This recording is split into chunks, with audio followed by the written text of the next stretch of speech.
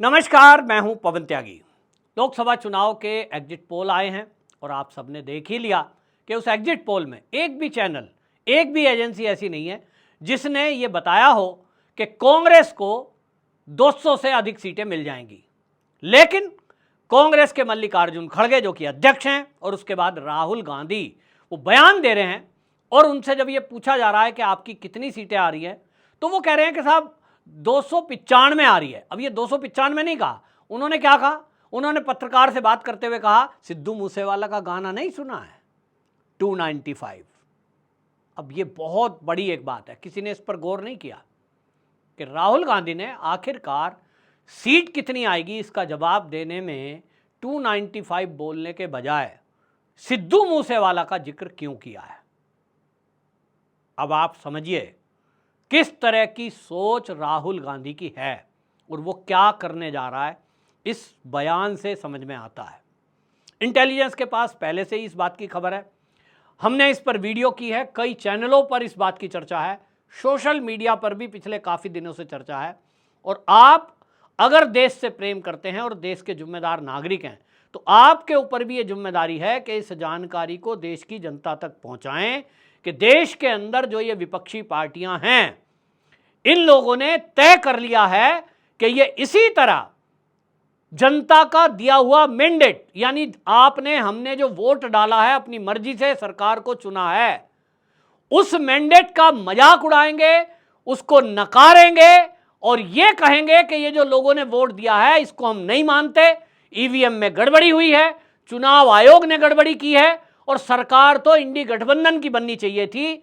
हमें 295 बोल रहे हैं ये, तो भैया 295 को 495 भी बोल सकते हो, आपकी मर्जी है। लेकिन राहुल गांधी ये डिटेल बताएं, ये नहीं बताएंगे, बोलेंगे और भाग जाएंगे।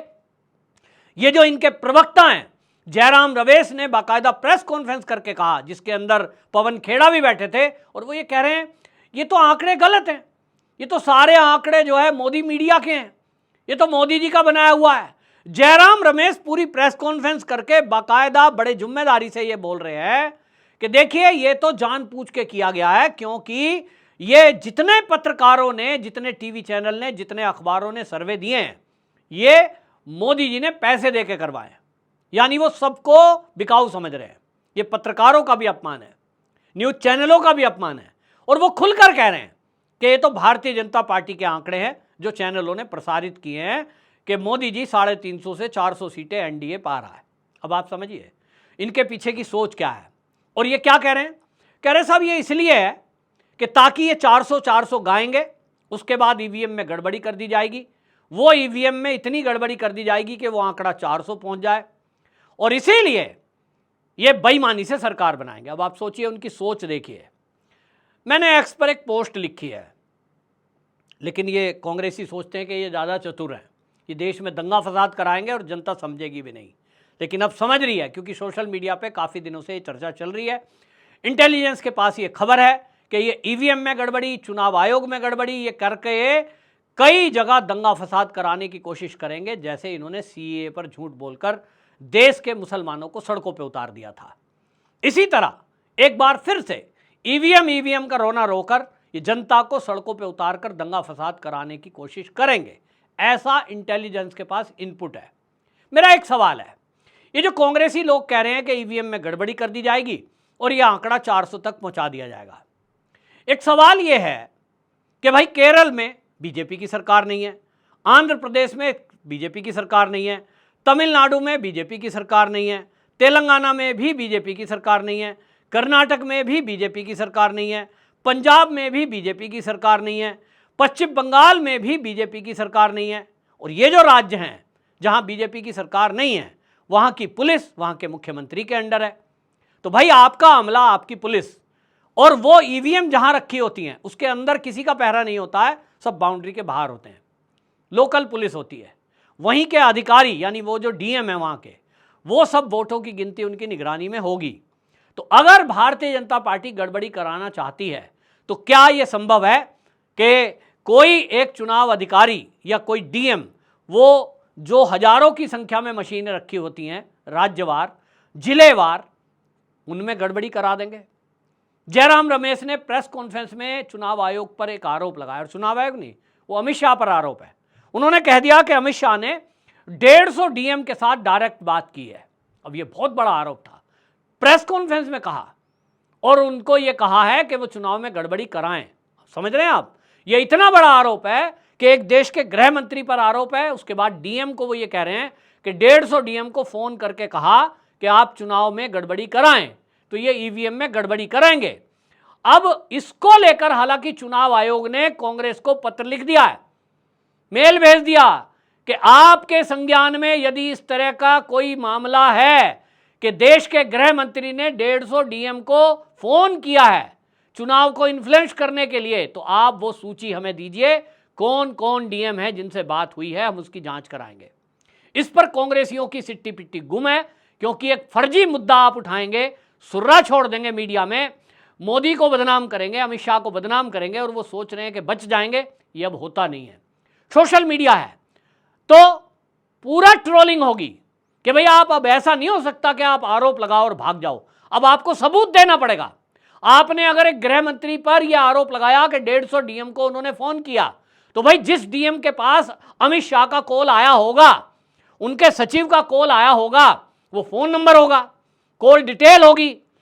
कितने जो 150 डीएम है वो सारे के सारे आरएसएस के सदस्य तो नहीं है कि वो राष्ट्रीय स्वयंसेवक संघ के सदस्य हैं, बीजेपी के कभी मेंबर थे, आज वो डीएम बन गए, अमित शाह ने उन्हें कॉल की तो उन्होंने कॉल डिटेल डिलीट कर दी होगी।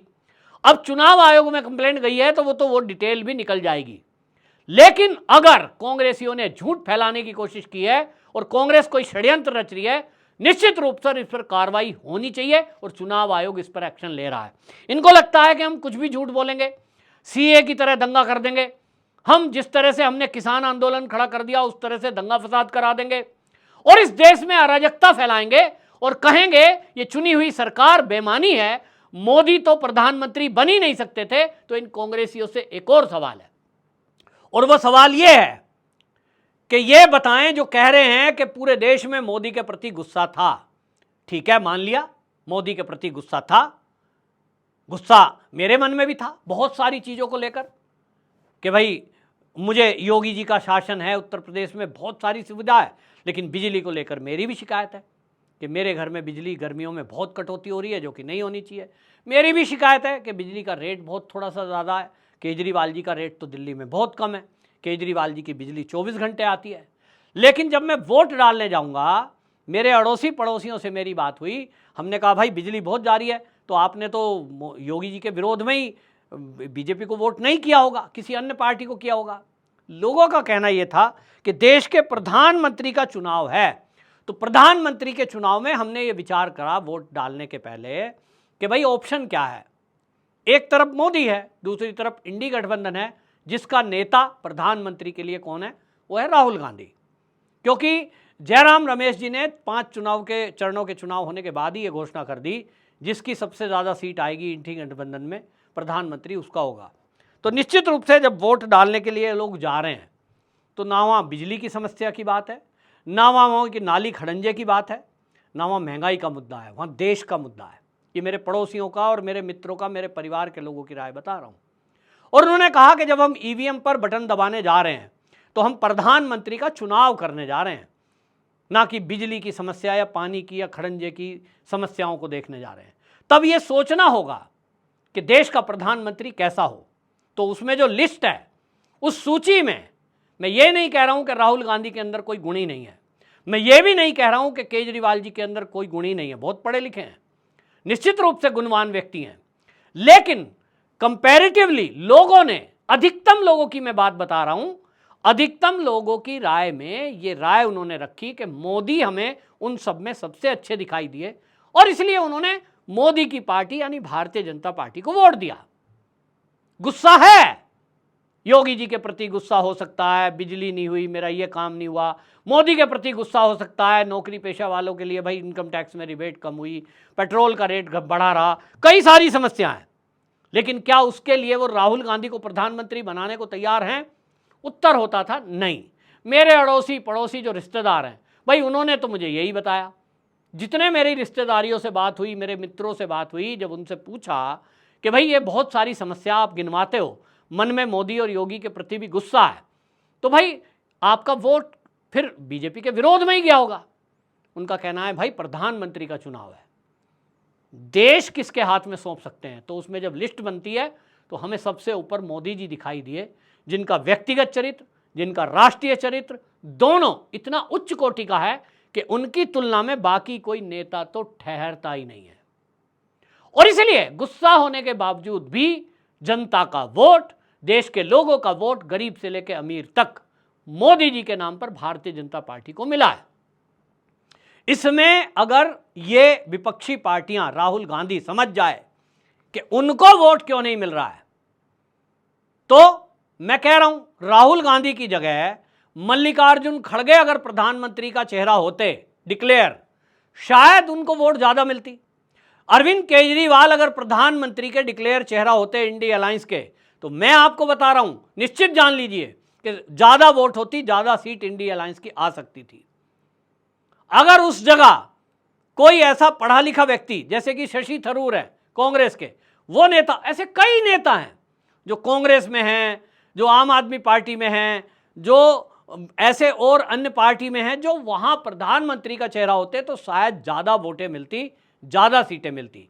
लेकिन क्योंकि ये पहले से पता था कि इंडी गठबंधन में सबसे ज्यादा सीट तो कांग्रेस की आएगी और वहां परिवार के आगे कोई सोचता नहीं है, राहुल गांधी को ही प्रधानमंत्री के रूप में प्रोजेक्ट किया जाएगा।